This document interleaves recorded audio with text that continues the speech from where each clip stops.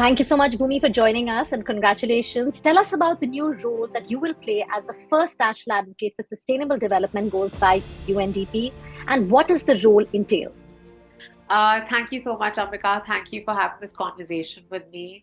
For starters, I'm extremely honored. And I feel and I'm full of gratitude, and I'm very motivated and excited to take on the role as the first national advocate for SDGs in India. I feel like as individuals, as people that have a voice, as leaders, we all have tried to do our bit to support the SDGs. But I feel very fortunate that I've had this collaboration with UNDP, and I really hope that through my reach, through the love that I have received over the years, through the credibility that I have made, and just through my voice, I can reach out to people far and wide, and as many people as possible that need the support, that need to know about us, about the SDGs, and we together can work towards making a world that is sustainable economically, socially, and environmentally. Obviously, with that, it brings a lot of responsibilities. A proud moment for us Indians, because obviously, when you're working with UNDP, but Bhumi, given that we're just 7 years, away from the deadline, 2030 is the deadline to achieve all these goals. How far do you think India is in achieving these goals, and is it possible? I feel that India is a climate positive country. You know, our leaders have Mm. been speaking about having stronger climate policies for a very long time. Is it enough? No, because I feel the problem is so large that we really can't quantify it. You know, when we think of the 17 SDGs, when we think of the 169 targets, they are all achievable, but we have to understand that 2030 Mm. is right here. We Right. started in 2016, and yes, there has been enough work. Like when I look at the history from the time it was the inception of the SDGs, we have seen a lot of the goals become pivotal talking points Mm. globally.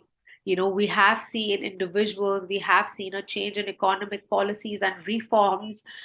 But as an individual, who is extremely scared about her future, who is extremely scared about the future of my family and humanity and my loved ones, I feel like uh, the problem is the solution is just not about world leaders coming together. It is just Mm. not about policies. It is also about enough awareness about individuals knowing that we are living in times where our planet is on a tipping point. We are living in times where we need an equal world for all genders, where we need an equal world for the various species that coexist with us. We Mm. need a world for the future generations to come where they have access to clean natural resources, where they have access to clean water, clean energy, nutritious food, healthcare, especially all the vulnerable communities. So Mm. I feel like it's a long journey ahead, but Mhm. I'm extremely motivated by the work that has been done so far. We were just, when you said, okay, we have 7 years, but if we're talking about health for all, which is a theme this year, Yes. 75 years of independence, and we have made a great progress when it comes to maternal mortality, infant mortality. There's a huge drop in that. Also, improvement in the number of children being breastfed. Universal immunization has changed a lot. Yes. But, there is also there are some areas where we still need to work. Where do you think we are lagging behind, and how can we improve that when it comes to health? You know, Ambika, in fact, what is amazing that that how large our population is, India has been one of the countries to have the most successful vaccination drives, Yes. especially for infants.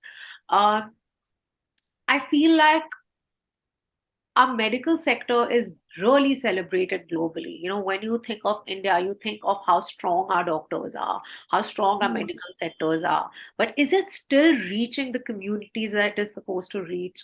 I don't think so. And you know, the reason also being because we are such a massive country. And I think it just goes beyond infrastructure for me.